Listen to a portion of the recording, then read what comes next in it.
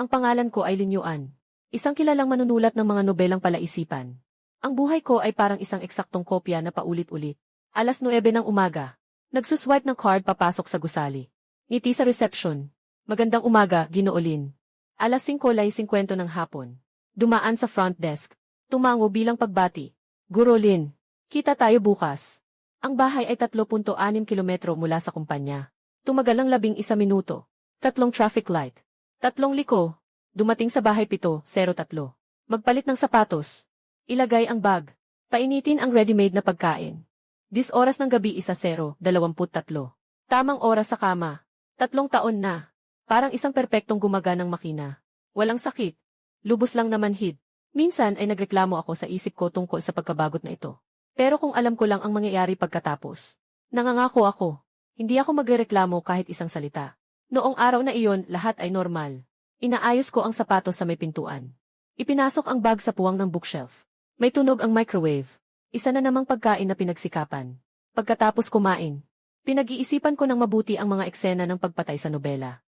Ngunit napagtanto kong mas walang laman ang buhay ko kaysa sa sinumang tauhan sa aking kwento. Nangyari ang pagbabago sa gitna ng gabi. Una ang baso ng tubig. Malakas itong nanginginig sa katahimikan. Ang ilalim ng baso ay tumama sa mesa, nagdulot ng matinis na tunog. Nagising ako. Bigla akong napadilat. Wala namang kahit ano sa paligid. Guni-guni lang. Hindi. Susunod na segundo. Ang mundo ay umiikot. Isang kakaibang buzzing na tunog ang pumuno sa mga tainga. Parang napakaraming insekto ang kumakagat sa mga nerbiyos. Nagsimulang umalog ang kama. Kasunod nito, ang buong silid ay nagsimulang bumagsak. Mga bookshelf, mesa at lamp. Lahat ng bagay ay naalis sa puwersa ng gravity. Kasama kitang bumagsak sa tahimik na kawalan. Mahigpit kong hinawakan ang kumot. Walang laman ang isip ko. Hindi ito makatwiran. Hindi ito siyentipiko. Sa isip ko, sumisigaw ako ng baliw. Ngunit nalunod ang boses ko sa agos ng kawalan ng bigat. Ako, isang manunulat ng mga nobelang pang-isip na nakatuon sa perpektong krimen. Ngayon ay nahuhulog siya sa isang bagay na hindi niya maipaliwanag. Ang pagkahilo ay dumadaloy na parang alon. Sa huling segundo kung kailan tuluyang napalubog ang kamalayan. Isa na lang ang naiisip ko. Nalaman ko na ang tunay na kakaiba, hindi sumusunod sa lohika. At pagkatapos, lahat ay bumalik sa kadiliman. Sa sandaling binuksan ni Lin Yuan ang kanyang mga mata, isang kakaibang pakiramdam ang kumalat sa kanyang leg. Automatiko siyang nag-extend ng kamay upang hawakan. Ang kanyang mga daliri ay tumama sa malamig na metal. At sa masikip na mga tinik, isang koronang parang tinik ang mahigpit na nakapalibot sa carotid artery ko. Bahagya itong humihigpit na parang buhay na nilalang. Paligid ay isang magulong kulay abong itim na espasyo. Magaspang ang mga pader na bato na umaabot sa lahat ng direksyon. Bumubuo ng isang napakalaking bilog na bulwagan. Basa ang sahig. Ang hangin ay amoy kalawang at nabubulok. Nakapaligid sa bulwagan ang 20 saradong selda. Ang lahat ng malalaking pinto sa paligid ay mahigpit na nakasara. 19 na tao ang nakahandusay sa lobby. Ang mga estranghero ay unti-unting nagigising mula sa sahig. Pare-pareho ang kwintas na suot ng bawat isa sa kanilang lig. Halos sabay-sabay ang pagkalat ng takot. May mga sumisigaw, nagmumura at hysterical na nagpupumiglas. May nagtatangkang tanggalin ang kwintas. Agad na tumusok ang mga tinik sa kanilang balat. Dumadaloy ang dugo sa kanyang collarbone. Hindi kumilos si Lin Yuan. Bilang isang manunulat ng nobelang pang-imbestiga. Alam niya na ang takot ay ang pinakawalang silbing reaksyon. Pinigilan niya ang sakit. Mabilis na sinuri ang bawat mukha. Isang malamig na mekanikal na boses ang bumaba mula sa kisam. Maligayang pagdapo sa kailaliman ng mga bangungot. Ang mga patakaran ay binabasa isa-isa tulad ng isang hatol. Mayroong 4 na uri ng marka sa likod ng kwelyo. Ito ay ahas, uwak, usa at isda. Bawat ikot ay nagbabago ng random. Hindi ito nakikita ng mga manlalaro. Sa paligid ng bulwagan ay may 20 silid ng kamalayan. Ang bawat laro ay tumatagal ng 1 oras. Huling 5 minuto. Nagsara ang pinto ng kulungan. Pagpasok sa selda. Kailangan ng tama na sabihin ang marka sa likod ng kwelyo. Tamang manatili sa panaginip. Maling kamalayan, naglalaho. Panahon ng kamatayan. Patuloy ang tunog ng makina. Isang demonyo ng panaginip ang nagkukubli sa 20 manlalaro. Siya ay naalis. Lahat ng mga nakaligtas ay sabay-sabay na nagising. Ngunit kung natira na lamang ang bangungot at ang huling manlalaro. Nanalo ang bangungot. Natalo ang manlalaro. 3 mga pagbabawal. Bawal ang higit sa 2 tao na pumasok sa iisang selda. Bawal ang hadlangan ang iba sa pagpasok sa selda. Bawal gumamit ng puwersa o anumang anyong pilitin ang iba na hindi makasagot. Ang mga lumabag sa laro ay agad na matatanggal. Huling mensahe. Sumisiksik sa kamalayan ng bawat isa. Ito ay isang laro ng pagtitiwala. Iminumungkahi na humanap ng mapagkakatiwala ang kasama. Ang binhi ng pagdududa ay agad na sumisibol sa 20 pares ng mga mata. Hindi mo nakikita ang sarili mong marka. Kailangan mong umasa sa iba. Pero kung magsisinungaling ang kausap mo, mamamatay ka. Tiwala. Dito, ang pagtitiwala ay parang inilalagay mo ang liig mo sa talim ng kutsilyo. Mabilis na nag-analisa si Lin Yuan. Sa pananaw ng rason, kung makikita ang likod ng liig gamit ang makinis na bagay, hindi na kailangang humingi ng tulong sa sinuman. Ngunit siya ay tumingin sa paligid. Ang mga pader ng bato ay puro magaspang na ibabaw. Kahit ang tubig mula sa gitnang istasyon ng supply ay maitim at malabo. Pinigilan ni Mingyan ang lahat ng posibilidad ng pagtulong sa sarili. Isang lalaki na nakasuot ng murang suit ang unang nagsalita. Malinaw ang mga patakaran. Kailangan lang nating ipaalam ang ating mga marka sa isa't isa. Lahat ay makakaligtas. Agad na tumugon ang nurse. Sumunod ang 3 estudyante. Nabuo ang alyansa ng 5 tao sa loob ng 2 minuto. Nagtayo sila ng bilog. Tinitingnan ang mga marka sa likod ng kanilang mga leg. Mababang ulat. Hindi sumali si Lin Yu. Hindi sumali si Lin Yu. Hindi dahil ayaw niya, kundi dahil napansin niya ang ibang tao. Sa kabilang panig ng bulwagan, isang mabait na matandang lalaki na may puting buhok ay nakadapa sa tabi ng umiiyak na batang babae. Dahan-dahang hinawakan ang kanyang balikat. Ang boses ng matanda ay banayad na parang tagapagbalita sa hatingabi. Bawat salita ay tumama ng eksakto sa emosyon. Sa pinakamahina na nerbiyos ng mga naguguluhan. Sa loob ng ilang minuto, 4 na tao na ang nakapaligid sa kanya. Ang kanilang mga mata ay puno ng pagtitiwala. Si Lin Yuan ay bahagyang pumikit. Maraming taon ng karanasan sa profiling ang nagsasabi sa kanya na ang ganitong antas ng empatikong kontrol ay makikita lamang sa 2 uri ng tao. Mga santo o mga nangungunang mandarambong. Ngunit walang mga santo sa panaginip na ito. Ang pulang countdown sa itaas ay bumagsak sa huling 5 minuto. Malapit nang magsara ang pinto ng bilangguan. Lumiko si Lin Yuan patungo sa pinakalubhang sulok ng selda. Habang dumadaan sa isang haliging bato, may anino akong nasulyapan sa gilid ng mata. Mababa ang suot niyang sombrero. Nakatayo siya sa lilim. May hindi angkop ng ngiti sa kanyang labi. Tumingin siya kay Lin Yuan. Walang takot sa kanyang mga mata. Walang pag-aalala. Tanging purong kasiyahan na halos masarap.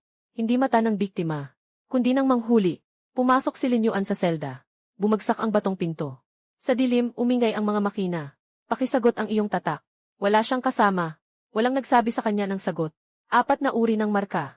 Mayroon lamang siyang 1 per 4 na posibilidad na mabuhay ngayong gabi. Pumikit si Lin Yuan. Humigop ng malalim na hininga at nagsalita. Tumaas ang batong pinto. Lumabas si Lin Yuan mula sa selda. Siya ay nabuhay. Hindi lamang ito purong swerte. Huling 3 segundo bago pumasok sa selda. Nakuha niya mula sa basang ibabaw ng isang batong haligi. Ang isang malabong refleksyon. Hindi sapat upang makita ang kabuuan. Ngunit sapat upang alisin ang 2 anyo sa pagpipilian. Nanalo siya sa pustahan. Ngunit hindi maulit ang paraang ito. Susunod na pag-refresh ng marka. Ang salitang multo ay hindi kailangang nasa parehong posisyon. Kailangan niya ng matatag na pinagkukunan ng impormasyon. Ibig sabihin, kailangan niyang pagkatiwalaan ang isang tao. Muling binuksan ang bulwagan. Lahat ng 20 tao ay lumabas mula sa selda. Sa unang round, lahat ay nakaligtas. Nagpapaabot ng kamay ang alyansa ng 5 bilang pagdiriwang. Ang grupo ng matanda ay ligtas at buo. Ngunit hindi lahat ay nagdiriwang. May isang malabong tunog na narinig mula sa silangan. Sinundan ni Lin Yuan ang tunog at tumingin. Nakita niya ang pinakapangunahing batas ng larong ito. Ang kalbo, matipuno ang mukha. Nakatapak ang paa sa dibdib ng lalaking may salamin. Ang lalaking may salamin ay nakayuko sa sulok ng pader. Kalahati ng kanyang salamin ay basag. Nakatikim ng sakit ang mga labi. Makinig ka, ang kalbo ay umupo. Ang boses niya ay parang pagdurog ng bato.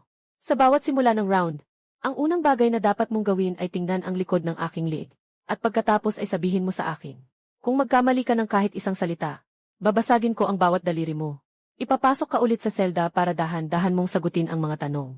Nanginginig ang buong katawan ng lalaking may salamin. Napilitan siyang umiti at sabihing ayos lang. Pinapanood lang ni Lin Yuan ng malamig. Bawal sa patakaran ang gumamit ng dahas para pigilan ang iba na sumagot. Pero eksaktong nasa hangganan ng bawal ang ginagawa ng kalbong lalaki. Bubugbugin ka niya hanggang sa halos mamatay ka sa sakit. Pero hinding-hindi niya kukunin ang kakayahan mong magsalita. Ang sukat ng karahasan ay malinaw na naitakda niya sa pinaka malupit na paraan. Ito ay isang deformed na pagsasama. Kailangan ng kalbo na lalaki ang mga mata ng lalaking may salamin. Kailangan ng lalaking may salamin ang pagkakataong mabuhay na ibinibigay ng kalbo na lalaki. Tungkol sa kung sino ang magsasabi sa lalaking may salamin ng kanyang sariling tatak. Walang pakialam ang kalbo na lalaki. Si Lin Yuan ay naglagay ng label sa kanyang isip. Uri ng personalidad na kasangkapan. Sobrang makasarili, walang empatya. Ang ganitong tao ay hindi magiging bangungot. Ang mga demonyo ng panaginip ay kailangang magtago. Kailangan nilang ipaalam sa iyo na handa kang magtiwala. Ang lalaking kalbo ay nag-ukit ng banta sa kanyang mukha. Sobrang bobo, ang tunay na panganib. ay ang mga taong nagpapahintulot sa iyo na ibaba ang iyong depensa. Inilipat ni Lin Yuan ang kanyang tingin sa matanda. Sa sandaling ito, ang matanda ay may hawak na isang mangkok ng itim na sabaw na inaalok sa isang payat na babae. Ang boses ay parang simoy ng tagsibol. Uminom ka, huwag kang matakot. Sama-sama tayong makakalabas. Nanginig ang mga kamay ng babae habang tinatanggap ang mangkok. Pulang-pula ang kanyang mga mata. Pinatpat ng matanda ang likod ng kanyang kamay. At lumingon upang aliwin ang susunod na tao. Walang kapintasan ang bawat galaw. Bawat salita ay tamang-tama. Ngunit nahuli ni Lin Yuan ang isang detalye. Bago magsalita ang matanda upang aliwin ang iba. Lagi siyang tumitingin sa paligid. May ilang mga mata na nakatingin sa kanya. Nagpapakitang gilas siya. Nagsimula na ang countdown para sa ikalawang round. Muling na-refresh ang marka sa batok ng lahat. Abala ang mga miyembro ng alyansa sa pagtinginan at pag-ulat. Hinila ng kalbong lalaki ang buhok ng lalaking may salamin. At pinilit siyang basahin ang sagot. Puno ng tensyon at bulungan ang buong bulwagan. Si Lin Yuan ay nakatayo pa rin mag-isa sa sulok. Walang kasama. Walang impormasyon. Isang boses ang umabot mula sa likuran. Isa ka ring nag-iisa. Lumingon siya, ang lalaki na may dock cap ay nakasandal sa pader ng bato. Nakalabas ang kalahating malamig na mukha mula sa brim ng sombrero. May mga kamay sa bulsa. Ang postura ay parang nagbabakasyon. Walang tumulong sa'yo sa unang round. Paano ka nabuhay? Tahimik si Lin Yuan ng 2 segundo. Ikaw, ngumiti ang lalaking may sombrero. Walang init ang kanyang ngiti. Parang talim ng kutsilyo ang kislak. Ang 1/4 na hula, hindi na mababa yon. Parang naglalagay lang ng pusta sa pagkain ang tono niya. Walang takot sa kamatayan. Hindi ito isang maskara. Ito ay isang pagdududa na umaabot sa kaibuturan. Nakita ni Lin Yuan ang ganitong tao. Sa silid ng interogasyon ng mga mabigat na kriminal. Lumipas ang 40 minutong countdown. Lumiko ang lalaki na may sombrero patungo sa direksyon ng selda. Hindi lumingon at nag-iwan ng isang pahayag. Sharon, sasabihin ko sa'yo ang iyong marka. Sabihin mo man o hindi, ayos lang. Tumingin si Lin Yuan habang siya ay nawawala sa likod ng mga haligi. Hindi ito tiwala. Hindi ito kabutihan. Ito ay isang uri ng instinctive na pang-amoy sa pagitan ng mga manghuli. Ang taong ito ay katulad niya. Hindi kabilang sa kawan. Ngunit ang pakikipagsabuatan sa mga halimaw ay may kapalit. Sa larong ito, ang pinakamalaking kapalit ay ang pagpapakita ng iyong likuran sa iba. Huling 5 minuto ng ikalawang round. Malapit nang magsara ang mga rehas. Kailangan ni Lin Yuan na pumili. Pumunta siya sa direksyon ng lalaking may dock cap. Nang matagpuan ni Lin Yuan ang lalaking may dock cap, nakatayo siya sa pintuan ng selda. Nagsusulat ng kung ano sa lupa gamit ang maliliit na bato. Ang iyong tatak ay ahas. Hindi man lang inangat ng lalaking may sombrero ang kanyang ulo. Huminto si Lin Yuan. Hindi niya ma-verify ang katotohanan. Ngunit ang kanyang kutob ay nagsasabi sa kanya na hindi kailangang magsinungaling ng taong ito sa ikalawang pagkakataon. Walang benepisyo sa pagpatay sa isang estranghero. Iyan ay iyong uwak.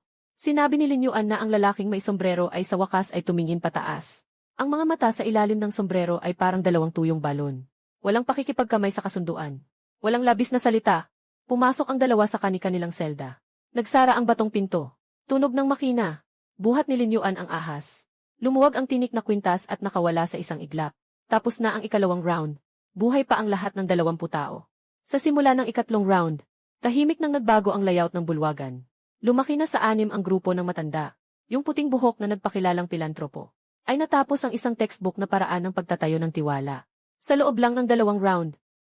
Una, nagpakita siya ng kabutihan at kusa niyang ibinunyag ang marka ng kabilang panig. Pagkatapos, tinali niya ito sa konseptong tinulungan kita. Kaya tulungan mo rin ang iba. Sa huli, isinara niya ang bitag. Tayo ay iisa. Walang makakaligtas sa pag-alis sa grupo. Pinagmamasdan ni Lin Yuan ang bawat hakbang niya mula sa malayo. Bilang isang manunulat na dalubhasa sa sikolohiya. Sobrang pamilyar siya sa diskursong ito. Pinuno ng kulto, leader ng multi-level marketing, eksperto sa VI. Pareho ang batayang lohika ng lahat ng mental na kontrol. Una, lumikha ng pag-asa. Pagkatapos, monopolyo sa seguridad. At ang matanda ay mas elegante kaysa sa sinuman. Sa sandaling ito, nakikipag-usap ang matanda sa lalaking nakasweet. Ang alyansa ng 5 tao ay matagal nang nahayag. Isang nakamamatay na depekto. Napakakaunti ng bilang. Kapag may nagkanulo, agad na mapuputol ang kadena. Tumpak na nahuli ng matanda ang pagkabahala na ito. Ang matanda ay humahampas sa balikat ng lalaking nakasweet. Mas ligtas ang 1-0 tao kaysa sa 5 tao. Mas marami ang tao, mas hindi matapang ang mga pangarap na demonyo. Nag-atubiling tumango ang lalaking nakasweet. Opisyal nang nabuo ang kampo ng 10. Sa bulwagan, kalahating tao ay nagtipon sa paligid ng matanda. Ang natitira ay nagkalat sa iba't ibang lugar. Ang kalbo at ang lalaking may salamin ay may kakaibang partner. Ilang mga nag-iisang lobo. At si Lin Yuan at ang lalaking may sombrero. Napansin ni Lin Yuan ang isang mahalagang detalye. Matapos ang pagsasanib, hindi pinayagan ng matanda ang lahat na ipaalam ang mga marka sa isa't isa, kundi nagtatag siya ng sentral na sistema ng pagbibigay ng impormasyon. Ang bawat isa ay nag-ulat lamang ng marka sa matanda, at ang matanda ang nag-aayos ng impormasyon. Ang dahilan ay tila napakamakabago. Maraming tao, maraming opinyon. Madaling magkamali. Mas ligtas kung ako ang mag-ugnay. Walang tumutol. Napatunayan na ng matanda ang pagiging maaasahan sa pamamagitan ng dalawang tamang sagot. Ngunit nakita ni Lin Yuan ang katotohanan. Ginawa ng matanda ang sarili niyang nag-iisa, na may kontrol sa lahat ng marka. Nasa kanya ang 10 buhay. Hindi ito pagtutulungan, kontrol ito. Nagkita si Lin Yuan at ang lalaki na nakasuot ng baseball cap sa likod ng haligi. Mumingiti ang lalaki sa direksyon ng matandang lalaki. Ang matandang iyon ay medyo kawili-wili. Sobrang kawili-wili. Nagtataka si Lin Yuan kung hindi niya sinagot ng diretsyo. Walang sapat na ebidensya para magkonklusyon. Masyadong maaga. Ngunit may isang pangunahing lohika. Ang layunin ng mga pangarap na demonyo ay gawing magpatayan ang lahat. Sa halip na sila mismo ang pumatay. Ang ginawa ng matanda ay eksaktong ilagay ang lahat ng itlog sa isang basket. Kapag naglagay ka ng isang bomba dito, 10 buhay ang agad na mawawasak. Huling 5 minuto ng countdown. Bawat isa ay pumasok sa kanilang selda. Pumasok si Lin Yuan at lumingon sa likod sa harap ng batong pinto. Nakatayo ang matanda sa gitna ng bulwagan. Napapalibutan ng tao. May ngiti sa kanyang mukha na puno ng kabaitan. Ang ngiting iyon ay nagpaalala kay Lin Yuan ng salitang pastol. Ngunit ang pastol ay hindi nag-aalaga ng mga tupa para lamang sa kanilang kaligtasan. Nagsara ang bato. Lahat ay nakaligtas sa ikatlong round. Mas mataas ang tiwala, mas mataas ang panganib. Kapag bumagsak, mas malala ang mangyayari. Saan magsisimula ang bitak? May pakiramdam na si Lin Yuan. May isang labis na kinakabahang babae sa kampo ng 10. Patuloy ang kanyang panginginig. Nagsimula na ang ika-4 na round. Ang atmosfera sa bulwagan ay talagang iba na kumpara sa unang round. Ang 10 tao na kampo ay umuokipi ng pinakamaluwag na lugar. Nakaupo ang mga miyembro sa paligid ng supply station. Sa labas, tila masaya silang lahat. Nakatayo ang matanda sa gitna, tulad ng isang estatwa ng badha. Tuwing lumalapit ang sinuman sa kanya, hindi nila maiiwasang bumaba ang kanilang boses. Pero napansin ni Lin Yuan ang bitak mula sa labas. Sa 3 estudyante, yung may kulot na buhok, na babae ay halatang may kakaibang kalagayan. Kahit pa yung isa niyang kasama, na babaeng estudyante ay patuloy siyang inaaliw. Ang kanyang mga daliri, simula pa sa ikalawang round, ay hindi tumigil sa panginginig. Mabilis ang paggalaw ng kanyang mga mata. Mababaw at mabilis ang paghinga. Tipikal na atake ng matinding pagkabahala. Sa realidad, hindi ito nakamamatay. Ngunit sa larong ito, ang pagkabahala ay pwedeng pumatay. Nai-refresh ang tatak. Ang kampo ng 10 ay tumatakbo ayon sa nakagawian. Tinitingnan ng bawat isa ang tatak sa likod ng kanilang kapareha. Iulat sa matanda, at saka ipapaalam ng matanda. Ang kapareha ng batang babae ay isang lalaking estudyante. Isang matangkad na may suot na baseball cap. Ang batang babae ay nanginginig habang tinitingnan ang likod ng kanyang leg. Sa ilalim ng pag-aliw ng kanyang kasama, ang kanyang mga labi ay kumilos ng ilang beses. At naglabas ng 2 salita, ahas. Mali ang sinabi niya. Ang tatak ng lalaking estudyante ay pato, hindi ahas. Ngunit hindi niya ito nakikita. Kailangan lang niyang maniwala sa kanyang mga kasama. Matapos matanggap ng matanda ang impormasyon, ipinasa niya ito ng walang pagbabago. Walang sinuman ang sumang-ayon. Dahil sa mga patakaran sa kampo ng 10. Ang pagsang-ayon ay nangangahulugang kawalang tiwala. At ang kawalang tiwala ang pinakamalaking kasalanan. Huling 5 minuto ng countdown. Nagsara ang pinto ng bilangguan. Pagkalipas ng 3 minuto, ang salamin ng selda 7 ay puno ng dugo. Sa sandaling niyayakap ng estudyanteng lalaki ang ahas. Biglang humigpit ang tinik na kwelyo. Tinusok ng baras ang carotid artery. Hindi pa siya nakapagbigay ng buong sigaw. Ang kanyang kamalayan ay tuluyang nawala. Nang muling bumukas ang pinto ng kulungan, lahat ay nakita ang bangkay sa selda 7. Dugo ang dumadaloy mula sa threshold, na bumabaluktot sa magaspang na sahig ng bato. Nakita ng batang babae ang bangkay sa isang iglap. Nanghihina ang mga binti at lumuhod sa lupa. Nagsimula siyang umiyak na parang napapunit. Wala siyang masamang intensyon. Sobrang kinakabahan lang siya. Ang mga marka ng ahas at bibe ay nagiging malabo sa takot. Ang kanyang isipan ay nagkamali sa ilalim ng matinding presyon. Ngunit hindi mahalaga ang katotohanan. Sa harap ng takot, ang katotohanan ay hindi kailanman nauuna. Ginawa niya ito ng sinasadya. Ang unang boses ay umusbong mula sa masa. Isa ba siyang pangarap na demonyo? Ang pangalawang boses ay sumunod agad. Ang batang babae ay masigasig na umiling. Umiiyak na parang hindi makahinga. Ngunit kapag nagdududa, nagsasalita na. Hindi na siya mananahimik. Nagbago ang mga tingin sa kampo ng mga tao. Nawala ang dating init. Pinalitan ito ng malamig na pagdududa at pag-iingat. Isang matanda ang tumayo. Dahan-dahan siyang lumapit sa batang babae. Nag-squat siya sa harap ng lahat. Ibinigay ang isang mangkok ng itim na sabaw. Ang boses ay palaging banayad. Huwag umiyak, anak. Alam ng lahat na hindi mo sinasadya iyon. Ang batang babae ay matinding tumango. Kinuha ang mangkok. Itinuring ang matanda bilang huling pag-asa. Tumayo ang matanda. Humarap sa lahat. Mabigat at tiyak ang tono. Itinuro sa atin ng pangyayaring ito ang isang aral. Maaaring nakatago si Meng An sa ating kalagitnaan. Kailanman ay maaari siyang pumatay ng sinuman. Gamit ang maling tatak. Para sa kaligtasan ng grupo.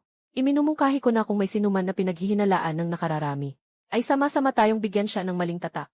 Eliminasyon sa pamamagitan ng botohan. Nakunot ang noo ng lalaking naka-Amerikana. Parang may gustong sabihin. Pero tumingin muna sa paligid. Napansin niyang karamihan ay natatakot na ang mga mata. Isang buhay lang ang nawala sa harap nila. Walang gustong maging sunod.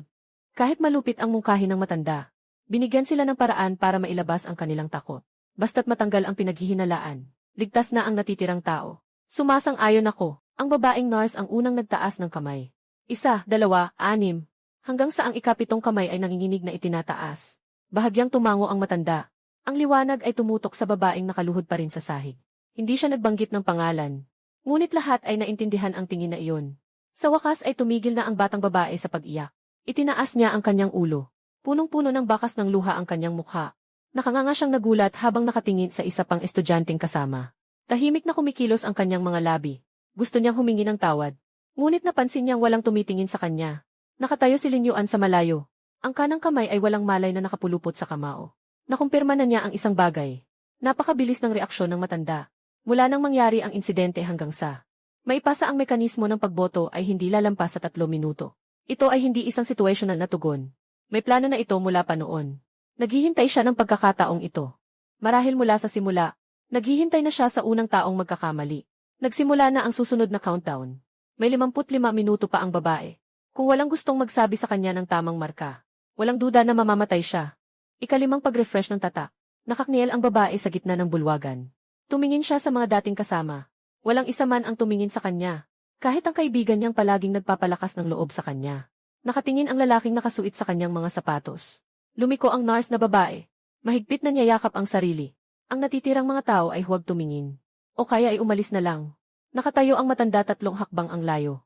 Na may nakasulat na awa sa kanyang mukha. Parang ang resulta na ito ay mas masakit para sa kanya kaysa sa sinuman. Pakiusap. Hindi talaga ako isang masamang panaginip. Ang boses ng batang babae ay magaspang. Umiyak hanggang sa ma-dehydrate. May balat na lumitaw sa mga labi. Natakot lang talaga ako. Nabulag ako sa takot. Pakiusap, bigyan niyo ako ng isa pang pagkakataon. Tahimik. Bumuntong hininga ang matanda. Dahan-dahang nagsalita. Bata, naniniwala ako sa iyo. Ngunit hindi ito isang desisyon na maaari kong gawin ng mag-isa. Lumiko sa lahat. Maghalal tayo. Sino ang naniniwalang dapat bigyan siya ng isa pang pagkakataon? Itataas ang kamay. Walang nagtaas ng kamay. Hindi lahat ay naniniwala na siya ay isang demonyo ng mga pangarap. Ngunit walang may lakas ng loob na tumaya. Baka totoo nga siya. Sa pagitan ng 1/19 na posibilidad at sariling buhay. Isang pagpipilian lamang ang laging naroon. Ipinasa ng matanda ang kapangyarihan sa grupo. Ipinamahagi ng grupo ang responsibilidad sa isa't isa. Kaya't ang pagpatay ay naging isang bagay na walang sinuman ang kailangang managot. Ito ang pinakamahusay na patalim. Kaya, ang boses ng matanda ay kalmadong tulad ng tubig. Sa pagkakataong ito, hindi namin sasabihin sa kanya ang tamang marka. Sa sandaling bumagsak ang salitang ito, ang huling sinag ng liwanag sa mata ng dalaga ay nawala. Nakita ni Lin Yuan mula sa malayo ang buong proseso. Nakita niya ang bawat hakbang na pinangunahan ng matanda. Una, nagtatag ng otoridad sa pamamagitan ng empatya. Pagkatapos, lumikha ng hidwaan sa pamamagitan ng takot. Sa wakas, nagbalot ng pagpatay sa anyo ng demokrasya. Walang pamimilit sa pagboto. Walang karahasan. Kahit walang kasinungalingan.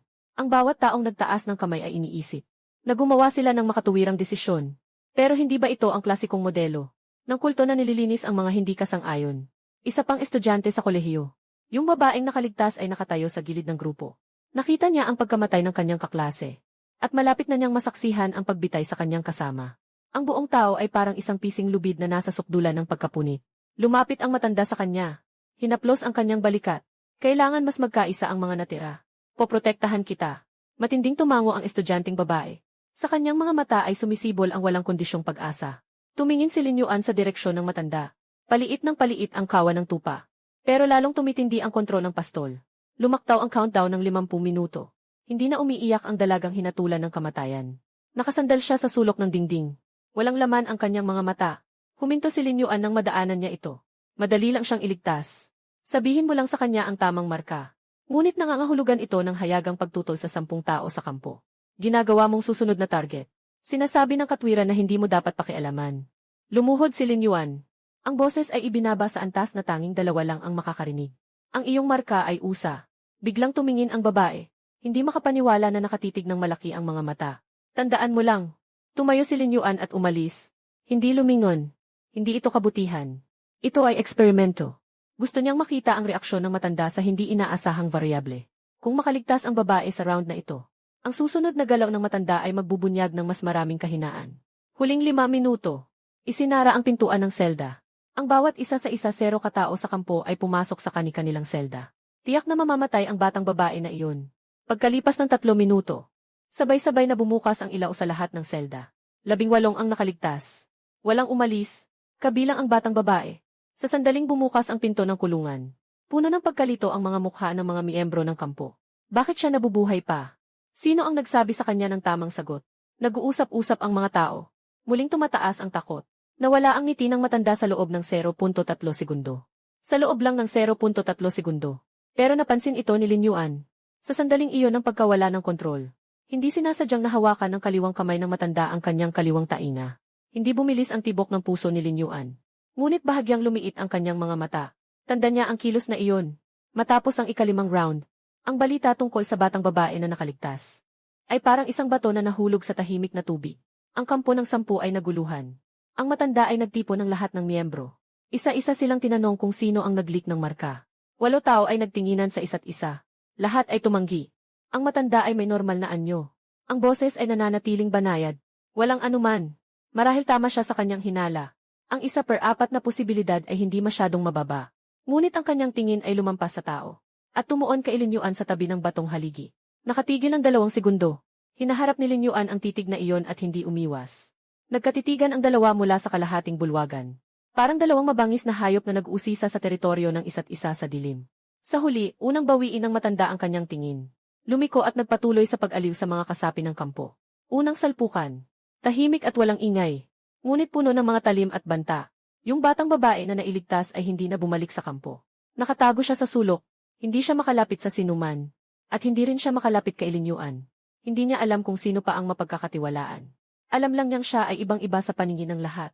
Hindi na siya pinansin ni Lin Yuan. Kapag bumagsak na ang piyesa, hindi na ito kailangan pang alalahanin. Ang kanyang tinitingnan ay ang pagbabago ng chessboard. Habang ang kabilang sulok ng chessboard ay dumudugo. Ang karahasan ng lalaking walang buhok ay umabot sa ika-5 round. Hindi na siya nasiyahan sa pagbabanta. Nagsimula ng gumamit ng sakit upang magtatag ng ganap na pagsunod. Ang kaliwang maliit na daliri ng lalaking may salamin ay nakabaluktot sa isang hindi natural na anggulo. Ito ay parusa na pinagdaraanan ng lalaking may salamin sa ika-4 na round. Nag-alinlangan siya ng 1 segundo bago sabihin ang marka. Itinaas ng kalbong lalaki ang 3 matabang daliri. Simula sa bawat round, mayroon kang 3 segundo para tingnan ang marka ko at sabihin ito sa akin. Kapag lumampas sa 3 segundo, babaliin ko ulit. Nakayuko ang lalaking may salamin. Sa likod ng basag na lente, isang pares ng mata ang nawalan na ng focus. Hindi siya umiiyak o humihingi ng awa. Parang isang katawan na nawala na ang kaluluwa. Ngunit napansin ni Lin Yuan na ang kanyang kanang kamay ay patuloy na nakapulupot sa kamao. Ang mga kuko ay malalim na nakabaon sa palad. Nagdulot ito ng dugo. Hindi iyon takot. Ito ay galit na naipit sa hangganan at malapit nang bumalik. Nagsimula na ang countdown ng ika-6 na round. Ang lalaking kalbo ay tulad ng dati. Hinahatak ang buhok ng lalaking may salamin. Ipinapakita sa kanya ang likod ng liig. Ang lalaking may salamin ay nagbigay ng sagot sa loob ng 2 segundo. Ang galaw ay kasing bihasa ng isang kondisyonal na reflex. Nakangiti ang lalaking kalbo at binitiwan siya. Naglalakad ng mayabang papunta sa supply station para kumuha ng tubig. Nakatayo ang lalaking may salamin sa kanyang tuhod. Tinutok ang kanyang tingin sa likod ng kalbo. Sa mga sandaling iyon, may isang bagay na dumula sa tabi ng kanyang tuhod. Ito ay isang bato. Ang mga gilid ay napakatalim. Sa ilalim ng malamig na liwanag ay kumikislap ito ng malamig na liwanag. Biglang tumingin ang lalaking may salamin. Nakatayo ang lalaking may sombrero sa anino 2 hakbang ang layo. Nakapasok ang mga kamay sa bulsa. Bahagyang nakangiti. Yung batong iyon ay giniling mula sa sulok ng selda. Inabot sa akin ang 2 round na oras. Ang tono ng lalaking may sombrero ay parang nakikipag-chat lang tungkol sa panahon. Maaari mo itong gamitin pang depensa. Maaari rin itong gamitin sa iba. Ang lalaking may salamin ay nakatingin sa batong iyon. Ang kanyang mga pupil ay biglang sumikip. Ang 5 round ng kahihiyan. Ang matinding sakit ng naputol na daliri. At ang walang kaalam-alam na batok ng kalbo. Tuwing siya ay lumilingon, Lahat ay bumuhos muli. Ako, hindi. Ang dulo ng takot ay pagpatay. Pagkasabi ng lalaking may sombrero, umalis na siya. Parang magsasakang iniwan ang binhi pagkatapos itanim. Hinawakan ng binatang may salamin ang bato. Ang lamig ng bato ay gumapang mula sa kanyang mga daliri papunta sa puso.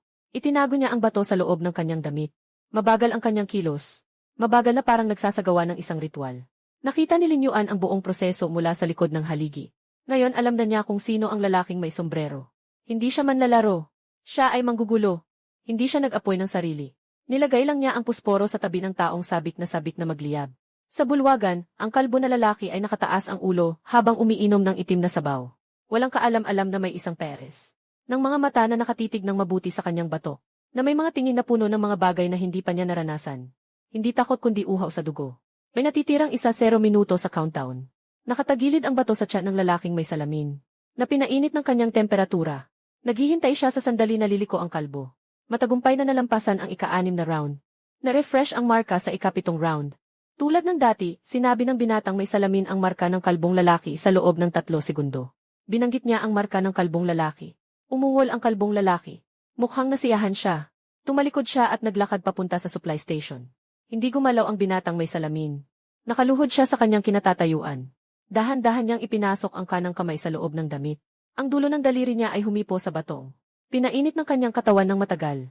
Ang matalim na gilid nito ay humiwa sa kanyang hintuturo. Dumugo ito ng bahagya. Hindi niya naramdaman ang sakit. O sabihin na lang, kumpara sa lahat ng tiniis niya sa nakaraang 6 na ulit, ang sakit na ito ay wala talagang halaga. Ang kalbo ay yumuko para kumuha ng tubig sa supply station. Ganap na nakalantad ang kanyang bato. 4 na hakbang ang layo. Walang ibang tao sa pagitan ng mga bato. Tumayo ang salamin na lalaki. Sa likod ng basag na lente, ang kanyang mga mata ay puno ng dugo.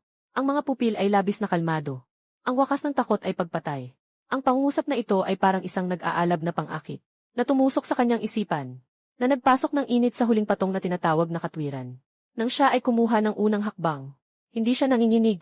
Sa ikalawang hakbang, maayos ang kanyang paghinga. Hakbang 3, hawakan ng mahigpit ang bato. Hakbang 4, matinding tumama ang bato sa batok ng kalbo. Tama sa ilalim ng tinik na kwintas.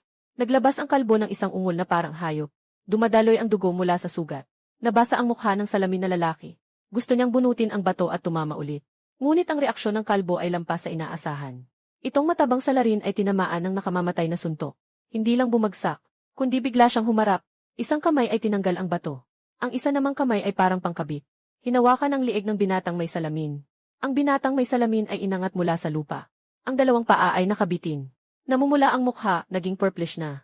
Piliting niyang magpadyak. Nakaturo ang mga kuko sa kamay ng kalbo. Sa braso nito may mga sugat na dugo.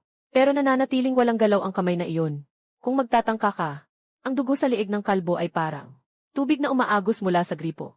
Nagbago na ang tono ng boses. Ngunit ang lakas sa kamay ay lalong lumalaki. Ang trakea ng lalaking may salamin ay naipit. May mga tunog na parang basag sa kanyang lalamunan. Nakaawang ang kanyang bibig, pilit na gustong makapagsalita. Ngunit wala siyang makuhang salita.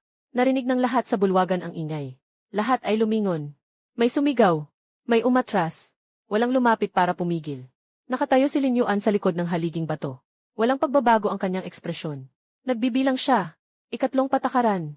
Ipinagbabawal ang paggamit ng dahas o anumang. Pinipilit ng anyo ang iba na hindi makasagot. Hinawakan ng kalbo ang lalamunan ng batang nakasuot ng salamin. Direktang tinanggal niya ang kakayahang makapagsalita. Dahil sa paglabag, unang kumilos ang batang nakasuot ng salamin at ipinasok ang bato sa likod ng liig ng kalbo. Parehong nagdulot ng pisikal na banta sa kakayahang sumagot. Sabay nilang nilampasan ang pulang linya. Biglang umalingaw-ngaw ang mekanikal na ingay mula sa kubo. Malamig at tiyak, nakatukoy ng paglabag. Mga numero ng manlalaro nakasangkot 07 at 13. Agad na tanggalin. Sabayang humigpit ang 2 tinik na kwelyo. Ang kalbo na lalaki ay sa wakas ay binitiwan ang kamay ng salamin na lalaki. Hindi ito pagpapakawala, kundi ang kanyang carotid artery ay tuluyang naputol ng mga tinik. Naglaho ang kamalayan niya sa loob ng kalahating segundo. Bumagsak ng tuwid ang bangkay niya paatras. Tumama ito sa batong sahig na may mabigat na tunog. Nahulog din sa lupa ang binatang may salamin. Sabay na gumana ang kwelyo. Nakabuka ang kanyang bibig. Tahimik siyang nakatingin sa kisam. Ang basag na lente ng salamin niya ay nagre-reflekta ng malamlam na berdeng ilaw. Sa huling segundo, parang bahagyang umiti ang kanyang labi. Parang nakalaya. Magkatabing nakahiga ang 2 bangkay sa lawa ng dugo. Tahimik na tahimik sa bulwagan. Hindi sa mga bangkay nakatingin si Lin Yuan, kundi sa lalaking may sombrero. Nakasandal ang lalaking iyon sa pinakadulong pader ng bato. Nakakross ang mga kamay sa bulsa, na walang emosyon na nakatingin sa lahat ng ito. Parang pinapahalagahan ang isang likhang sining na siya mismo ang gumawa. Nang ibigay niya ang bato, alam na niyang magkakaroon ng ganitong wakas. Hindi ito ang wakas na gusto niya. 2 buhay, 1 bato, 1 salita. Ang arsonist ay hindi kailanman nagmamalasakit kung sino ang nasunog. Matapos ang round na ito, may natitirang 18 tao sa larangan. Hindi kasama ang batang babae na pinalayas mula sa kampo. Nang masaksihan ang double kill, ganap na bumagsak ang kanyang isipan. Pagpasok sa susunod na round sa selda, lumabas ang maling marka. Nagsimulang bumilis ang gears na namatay noong ika-16 na. Ang 3 sunod-sunod na pagpatay ay nagdulot ng amoy ng dugo at kabaliwan sa buong panaginip.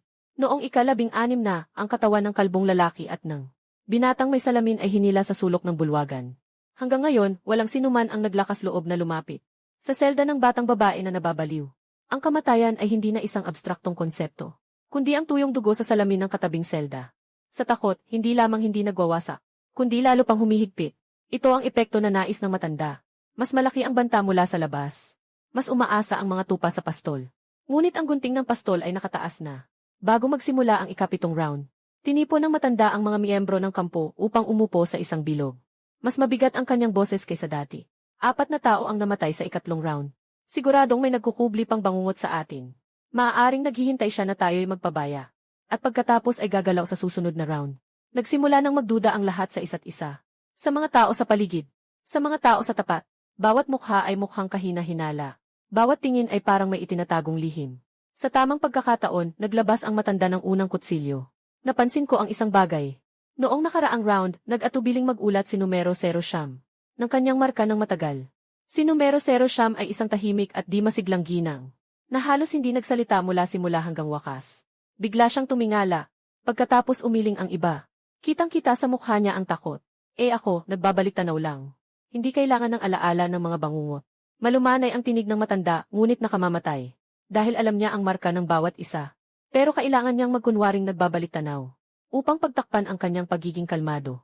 Puno ng butas ang kanyang lohika. Pero ang takot ay nagpapawala ng kakayahang magpasya. Nagsimula na ang botohan. 6 na boto para tanggalin. 2 boto ang nag-abstain. Sumisigaw ang babaeng nasa gitnang edad at gustong tumakas. Pero walang tumulong sa kanya. Sa susunod na round, walang nagsabi sa kanya ng tamang marka. Isa na namang pulang salamin ang nadagdag sa selda 7.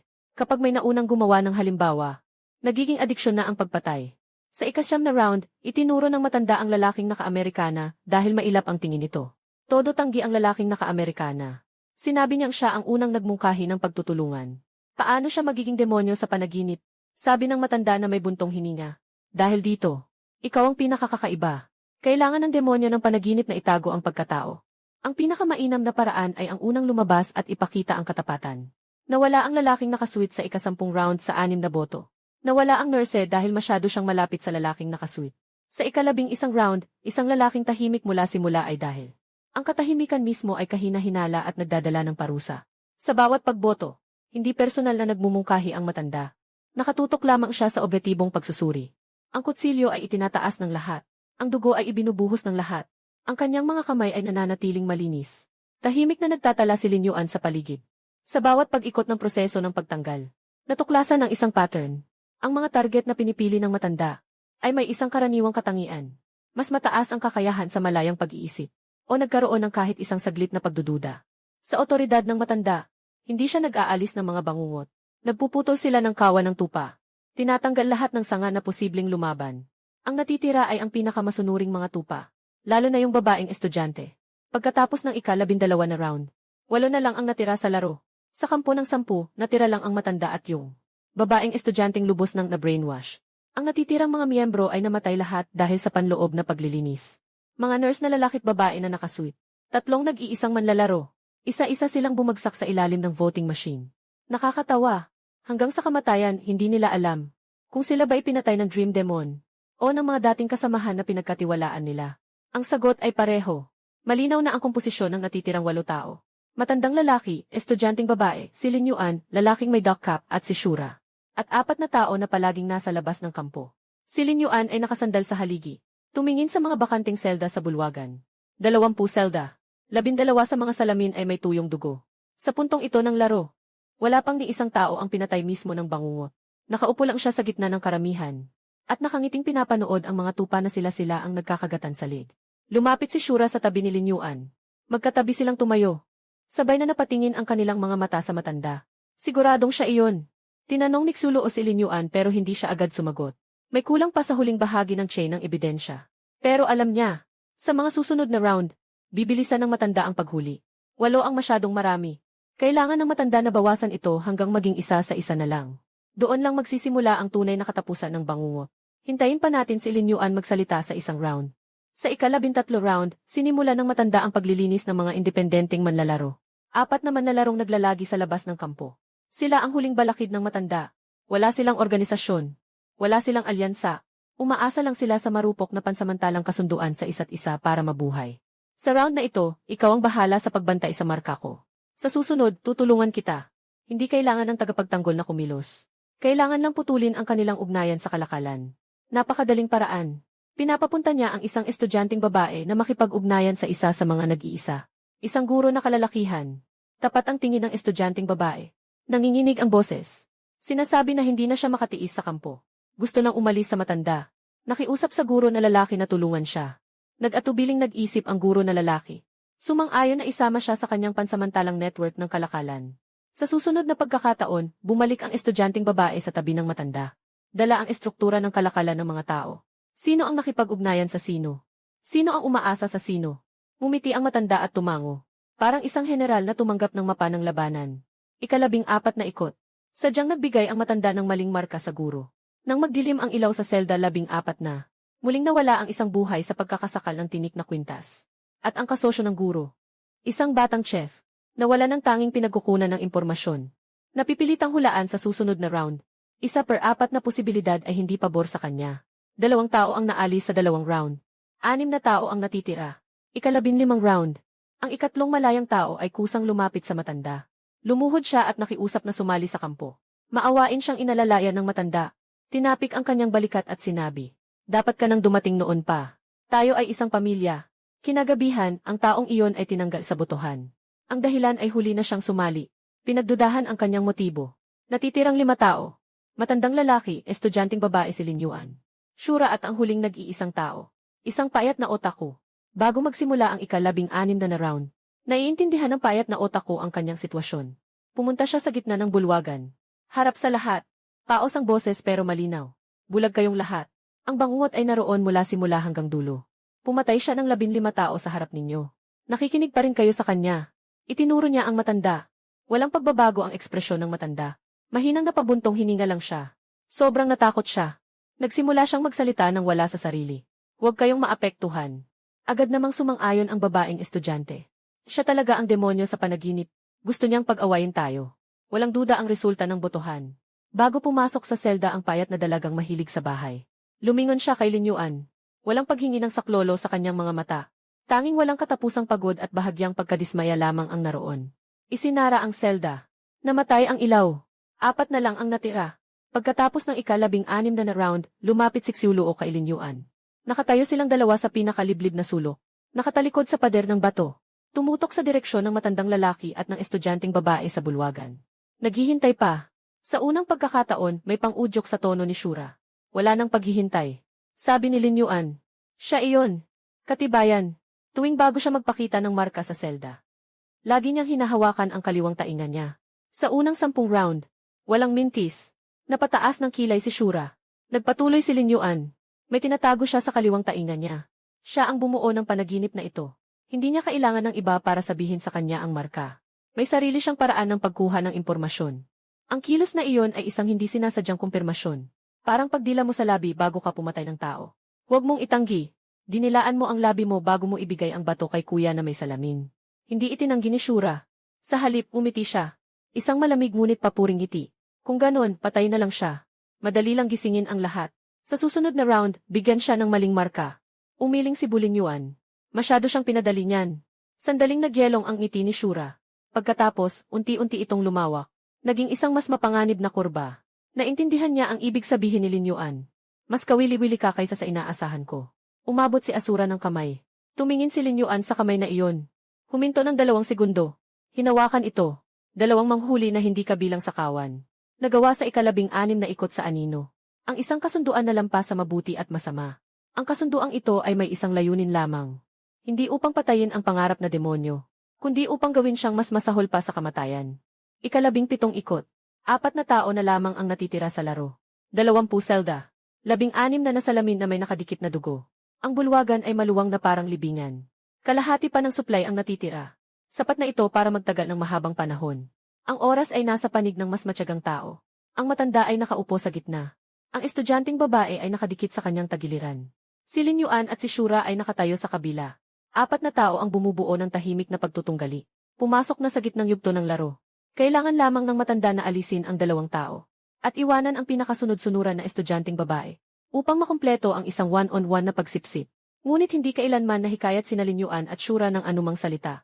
Tulad ng 2 pako na nakatusok sa board ng laro. Inayos ng matanda ang kanyang estratehiya. Hindi na siya nang hihikayat, kundi pinili niyang umatake mula sa loob. Matapos mag-refresh ang marka, hinila ng matanda ang estudyanteng babae sa sulok at bumulong. Hindi mabasa ni Lin Yuan ang mga labi. Ngunit mula sa takot sa mukha ng babae, na-decode niya ang lahat. Pinapagsinungaling siya ng matanda kay Lin Yuan. Nag-report ng maling marka.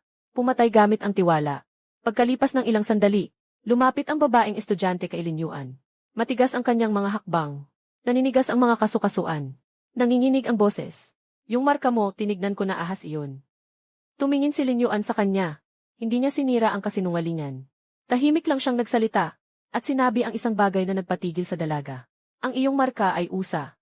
Biglang sumikip ang mga mata ng estudyanteng babae. Nakatuon lang siya sa pagsasagawa ng utos. Hindi niya talaga naisip ang tungkol sa kanyang marka. At sa paglapit niya, nakita na ni Lin Yuan ang marka sa likod ng kanyang leg. Malinaw na niyang nakita ang pattern. At ibinahagi niya ito ng walang pag-aalinlangan. 3 segundo ang katahimikan. Nagpatuloy si Lin Yuan sa pagsasalita. Walang emosyon ang kanyang tinig. Bawat salita ay parang matalim na kutsilyo. Sa ika-4 na round, nagkamali ang kaklase mo sa pag-ulat ng marka dahil sa nerbiyos. Ang mga labi ng babaeng estudyante na may brain death ay nagsimulang nanginginig ng labis. Mula sa unang round hanggang ngayon. Ilang tao na ang namatay sa kampo. Mga katamtamang edad na babae, mga nurse na lalaki at babae, guro na lalaki. Bawat isa sa kanila ay pinatay sa pamamagitan ng boto. Sino ang nagpasimula ng boto ay nagtatakda ng direksyon. Nakita mo ang lahat ng ito na nangyayari. Ngunit hindi mo kailanman naisip kung bakit. Lumakad si Lin Yuan pasulong. Tinutok ang tingin sa mga mata ng dalaga. Ikaw ang kasabwat. Para bang naubos ang lahat ng lakas ng estudyanteng babae. Nanghina ang kanyang mga tuhod. Nagsimula siyang mag-alog. Tumingin siya pabalik sa matanda. Para bang nagkukumpirma ng isang bagay. Nais hanapin mula sa maamong mukha na iyon. Ang isang pagtangging sagot. Ngunit nagbago ang ekspresyon ng matanda. Sa ilalim ng banayad na anyong iyon, lumitaw ang isang napakabihirang damdamin. Hindi ito galit, hindi ito takot, kundi ang pagkabigla ng isang mga ngaso nang siya ibalikan ng kanyang biktima. Mabilis na tinapik ng kanyang kaliwang kamay ang kaliwang tainga. Pagkatapos ay ibinaba ito. Sa pagkakataong ito, nakita ng lahat ng naroroon ang galaw na ito. Dahan-dahang umangat ang sulok ng bibig ni Shura. Nahuli kita. Ibinalik ng matanda ang kamay mula sa tabi ng kaliwang tainga. Napakabilis ng galaw. Ngunit huli na. Ang sinabi ni Asura na nahuli kita ay parang isang pako. Napinako ang atensyon ng lahat. Sa kaliwang tainga ng matanda, tahimik na pinapanood ng estudyanteng babae ang matanda. Ang pananampalataya sa kanyang mga mata ay nagkaroon ng unang bitak. Agad na nakabawi ang matanda sa kanyang kapanatagan. Ngumiti siya at iniunat ang kanyang mga kamay. Ano ang nahuli? Sanay lang akong kumilos ng ganito. Laging may mga maliit na ugali ang tao kapag kinakabahan. Sa unang round, hinawakan mo ang kaliwang tainga bago ang marka. Pinutol ni Lin Yuan siya. Hindi mataas ang boses. Ngunit bawat salita ay may bigat na parang bundok. Sa ikalawang round, hinawakan mo. Hanggang sa 13 round. Bawat ikot bago pumasok sa selda, 3 segundo. Kailangan mong hawakan ang kaliwang bahagi. Pare-pareho ang dalas. Pare-pareho ang pagkakataon. Walang pagbubukod. Naging matigas ang ngiti ng matanda. Ang hindi sinasadyang kilos ng tao sa oras ng tensyon ay random. Hinahawakan ang buhok, pinipisil ang daliri, kinakagat ang labi. Ang bahagi at dalas ay maaaring magbago. Ngunit ang iyong galaw ay tumpak sa parehong kamay. Sa parehong lugar. Sa parehong oras. Ito ay hindi tensyon kundi kumpirmasyon. Nagsimulang maglakad si Lin Yuan sa paligid ng matanda ng dahan-dahan. Tulad ng manghuli na umiikot sa nahuling hayop. Ano ang iyong kinukumpirma? Bago pumasok sa selda bawat round. Kailangan mong tiyakin ang isang impormasyon. Ang sarili mong marka. Ang mga ordinaryong manlalaro ay umaasa sa kasamahan. Pero ikaw, hindi ka kailanman nagtatanong kanino man. Sa loob ng 17 rounds, hindi ka kailanman kusang humiling. Natulungan ka ng kahit sino na tingnan ang marka sa likod ng iyong leg. Ang matanda ay tumatanggap lang ng impormasyon mula sa iba, mga tatak at pamamahagi ng sagot. Ngunit ang kanyang sariling sagot ay hindi kailanman alam ng tao kung paano niya ito nakuha. Hindi mo kailangang maghintay sa iba na sabihin sa iyo. Dahil mayroon kang sariling daluyan ng impormasyon. Huminto si Lin Yuan. Harapan ang matanda. Nakatago sa iyong kaliwang tainga. Napansin ang hindi kontroladong paggalaw ng mga kalamnan sa mukha ng matanda. Isang bahagyang panginginig na hindi niya napigilan. Sa kanyang antas, ang ganitong pagkakamali ay hindi lalampas ng 0.2 segundo. Pero sa mata ng isang nobelistang mahusay magmasid at kumuha ng inspirasyon, ang 0.2 segundo ay sapat na para hatulan. Ikaw ang gumawa ng panaginip na ito. Nagpatuloy si Lin Yuan sa pagtuklas. Ikaw ang nagtakda ng mga patakaran. Ikaw ang nagdisenyo ng selda. Magaspang na pader ng bato. Malabnaw na itim na sabaw. Lahat ay para matiyak na hindi makakakuha ng tatak ang mga manlalaro sa kanilang sarili. Kailangan lang umasa sa isa't isa. Lumikha ka ng ganap na hindi pagkakapantay-pantay ng impormasyon. At umupo sa pinakamataas na punto ng impormasyon. Tingnan ang ating pag-aaway. Hindi na umiti ang matanda. Ang kanyang mahabaging mukha ay parang isang larawang pinasok ng tubig. Ang mga kulay ay unti-unting nalalagas, na nagpapakita ng kulay abong ilalim. 16 na tao, itinaas ni Lin Yuan ang kanyang daliri. Namatay sa laro ng tiwala na iyong dinisenyo. Hindi ka kailanman pumatay ng sinuman sa iyong sariling mga kamay. Ngunit bawat buhay ay namatay sa iyong larangan. Namatay ang lalaking nakasuit sa iyong lohikal na bitag. Namatay ang babaeng nurse sa iyong pagkakasangkot. Namatay ang guro sa mga espiya mong ipinadala. Gumagamit ka ng kabutihan bilang talim, at takot bilang talukbong. Tuwing humihila ka ng talim, pinapaniwalaan ng iba na sila ang pumili. Sa bulwagan, tanging boses ni Lin Yuan na lang ang natitira, na umaabot sa mga pader ng bato. Ang estudyanteng babae ay nakasandal na sa lupa, na may mga kamay na nakatakip sa kanyang bibig, na nanginginig ng labis, ang mga mukha na kanyang sariling pinadala palayo. Isa-isa ay lumilitaw. Akala niya ay siya ay nagtatanggol sa sarili. Ngayon ko lang nalaman na ako ay isang tagapagpataw ng parusa.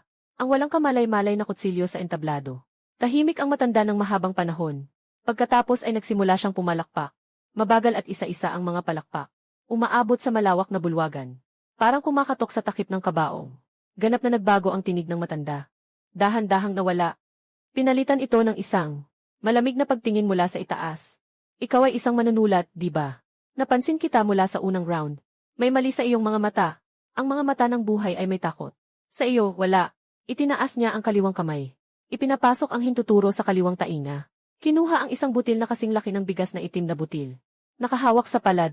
Komunikador ng likod ng panaginip. Tama ka sa sinasabi mo. Alam ko ang aking marka anumang oras. Ang itim na butil ay bahagyang kumikislap sa malamig na berdeng liwanag. Parang isang mata na nagmamasid. Pero anong silbi kung alam mo na? Piniga ng matanda ang komunikador. Ang pulbos ay nahulog mula sa kanyang mga daliri. Hindi mo ako kayang patayin. Inalis ng matanda ang pulbos ng komunikador mula sa kanyang mga daliri. Pinunasan ang kanyang mga kamay. Parang bagong tapos sa isang bagay na walang kabuluhan. Ngayon alam niya na ako ang pangarap ng laro na ito. At pagkatapos ay tiningnan niya ang tatlo. Ang boses ay bumalik sa nakakabinging katahimikan. Hindi niyo ako mapapatay. Hindi niyo ako mapapaalis. May 4 pang ikot. Ano ang magagawa niyo? Hindi nagsalita si Lin Yuan. Nagpatuloy ang matanda. Alam ko ang 3 marka ninyo. Sa susunod na round, maaari kong ipatanggal ang sinuman sa inyo. Nakatutok ang kanyang tingin sa estudyanteng babae. Huminto siya ng 2 segundo. Siyempre, kasama na siya. Biglang itinaas ng estudyanteng babae ang kanyang ulo. Pumutla ang kanyang mga labi. Tinulungan niya akong bumoto at pumatay ng 11 tao. Ang tono ng matanda ay tila walang pakialam. Kung gusto ninyong labanan ako, papalagpasin ko siyang mamatay muna. Wala na siyang silbi sa akin. Ito ang huling pusta. Isang buhay ang nakatali sa mga kamay at paa ng 2 tao. Basta't si Lin Yuan at si Shura ay nag-aalala para sa estudyanteng babae. Hindi makakagawa ng buong lakas. At kailangan lang ng matanda na ipagpatuloy ang 4 na gulong. Hanggang sa huli ay isa laban sa isa. Tiyak na ang resulta. Pinaglalaruan ng Shura ang kanyang mga daliri. Na may tamang pagkabagot na nagsalita. Hayaan na siyang mamatay. Napahinga ng malamig ang estudyanteng babae. Hindi tumingin si Lin Yuan pabalik. Tanging mahinang tinawag niya ang isang salita. Pumikit si Shura. Ngunit hindi nawala ang kurba sa kanyang mga labi. Lumakad si Lin Yuan papunta sa estudyanteng babae. Humilik siya sa harap niya. Tumingin sa mata niya ng pantay. Punong-puno ng luha ang mukha ng babae. Nanginginig na gustong umatras. Ngunit naharang ang pader ng bato. Natatakot ka sa kanya ngayon. Sabi ni Lin Yuan, natatakot pa rin tayo. Gumalaw ang lalamunan ng estudyanteng babae. Ngunit walang lumabas na tunog. Nung tinulungan mo siyang bumoto, nagpatuloy si Lin Yuan. Walang sisi sa boses. Pahayag lang ito. Akala mo ay nililigtas mo ang sarili mo. Pero sa bawat boto mo, lalong nababawasan ang kontrol niya sa'yo. Dahil naubos ang halaga mo. Ngayon, ikaw na lang ang natira sa kampo. Naubos na ang halaga mo. Nagsimulang mag-alinlangan ang tingin ng babaeng estudyante sa kolehiyo. Kanina, ginamit niya ang buhay mo para takutin kami. Sabi ni Lin Yuan, pero hindi ka naman niya tinakot. Alam mo ba kung bakit? Tahimik dahil hindi ka naman niya kailangang takutin. Iniisip niyang susunod ka pa rin. Ang mga salitang ito ay parang karayom. Eksaktong tumusok sa puso ng babaeng estudyante. Ang pinakamarupok na bahagi ng dibdib. Nagulo ang kanyang paghinga. Muling namula ang kanyang mga mata. Pero sa pagkakataong ito, may halong ibang damdamin ang kanyang pag-iyak. Hindi takot kundi kahihiyan. Pinagmamasdan ng matanda ang tagpong ito mula sa malayo. Bahagyang pinisil ng kaliwang kamay niya. Tumayo si Lin Yuan. Lumapit sa matanda. Kalma ang tono, parang pinag-uusapan lang ang panahon. Dalawa lang ang natitira mong alas. Una, ang marka namin. Pangalawa, ang talisman niya. Ngayon, hindi na matatag ang pangalawa. Ano pa ang natitira sa iyo? Hindi agad sumagot ang matanda. Ang pagpigil na iyan ay siya na mismong sagot. Kinakabahan ka na, sabi ni Lin Yuan. Muling umiti ang matanda. Pero may kakaiba na sa ngiti niya ngayon. Parang may baluktot na larawan na walang gustong itama. Natuwa lang ako. Akala mo ba panalo ka na dahil nabasa mo ako? Hindi, umiling si Lin Yuan. Hindi ko kailangang manalo. Pumikit ang matanda. Ikaw ang nagdisenyo ng larong ito. Sabi ni Lin Yuan, ginawa mo ito para makita ang pagbagsak ng pagkatao. Pagdududa, pagtataksil, takot. Tinatamasa mo ang mga ito. Pero malapit nang matapos ang laro. Patay na ang lahat ng iyong mga manunood. 4 na tao na lang ang natira sa entablado. Humakbang si Lin Yuan pasulong. Ano pa ang meron kang makikita? Sa unang pagkakataon, nagkaroon ng tunay na bitak sa ngiti ng matanda. Hindi ito takot sa pagkakatuklas, kundi isang mas malalim na kawalang laman. Nakita ito ni Lin Yuan. Itong taong ito ang nagtatag ng buong panaginip. Nakontrol niya ang 16 na nabuhay. Ngunit noong malapit nang matapos ang laro, sa unang pagkakataon ay naramdaman niya ang isang kalungkutan na hindi niya maipaliwanag. Mas mahirap para sa mga ngaso kapag nawala ang kanyang panghuhuntahan kaysa sa biktima. Ibinaba ni Lin Yuan ang huling piraso sa kanyang puso. Hindi na kailangang patayin siya. Walang kailangan na labanan. Kailangan lang na siya ang magbaligtad ng board ng laro. Nagsimula na ang countdown. May 58 minuto na lang bago magsara ang pinto ng piitan. Dahan-dahang tumayo ang estudyanteng babae mula sa sahig. Lumapit siya sa tabi ni Lin Yuan. Walang sinabi. Nakatayo lang siya roon. Tumingin ang matanda sa eksenang ito. Muli niyang itinaas ang kaliwang kamay. Ngunit huminto ito bago maabot ang kaliwang tainga. Sira na ang komunikador. Lumaktaw ang countdown ng 1-0 minuto. Pumasok ang isang kakaibang katahimikan sa bulwagan. Bumalik ang matanda sa tabi ng istasyon ng suplay. Muling umupo. Nananatili pa rin ang kanyang postura na kalmado. Ngunit napansin ni Lin Yuan na ang kanyang kaliwang kamay ay palaging nakapatong sa tuhod. Hindi na ito inangat muli. Nasira ang komunikador. Ngayon, katulad ng lahat, kailangan niyang umasa sa mga mata ng iba para mabuhay. Itinaga ni Lin Yuan ang puntong ito sa kanyang isipan. Lumapit siya sa estudyanteng babae. Nakatayo ang dalaga sa tabi ng batong haligi. Mahigpit na niyayakap ang sarili. Hindi pa lubos ang kanyang tingin. Parang bagong lumutang mula sa malalim na tubig. Hindi pa siya nakakabawi ng hininga. Lumiko si Lin Yuan at nagsalita. Nagtaka ang estudyanteng babae sa loob ng 1 segundo. Dahan-dahang humarap. Tumingin si Lin Yuan sa likod ng liig ng babae. Hindi kumilos ang babae. Naalala mo ba, naalala na? Napakababa ng boses. Parang hindi pa sigurado kung dapat bang paniwalaan ang mga salitang iyon. Hindi siya pinabilis ni Lin Yuan. Humakbang palayo siya. Mga 7 o 8 minuto ang lumipas. Lumiko si Asura mula sa kabilang panig. Huminto sandali sa tabi ng estudyanteng babae. Hindi siya lumuhod. Tumingin lang siya sa likod ng kanyang leg. Binitiwan ang 2 salitang isda. At pagkatapos ay umalis. Nakatayo ang estudyanteng babae sa kanyang pwesto. Tumingin sa direksyon ni Lin Yuan. At muling tumingin sa likod ni Xuluon na umaalis. 2 tao, 2 beses na nakumpirma ang parehong sagot. Inulit niya ang salitang isda sa kanyang bibig. Sa unang pagkakataon, hindi niya pinulupot ang kanyang kamay. Ang matanda sa malayo ay pinanood ang eksenang ito. Hindi nagsalita. Nag-countdown, lumaktaw ng 30 minuto. Habang kumukuha ng tubig ang babaeng estudyante sa supply station. Nandoon din si Lin Yuan. Hawak niya ang mangkok ng tubig at sandaling nag-alinlangan bago nagsalita. Bakit mo sinabi sa akin? Sinabi ko sa'yo ang anong marka. Sandali siyang tumigil, hindi ka ba natatakot na sabihin ko sa kanya? Tiningnan siya ni Lin Yuan. Sinabi mo ba? Hindi sumagot ang estudyanteng babae. Ngunit bahagyang humigpit ang kanyang mga daliri. Pagkatapos ay binitiwan niya ito. Uminom siya ng tubig.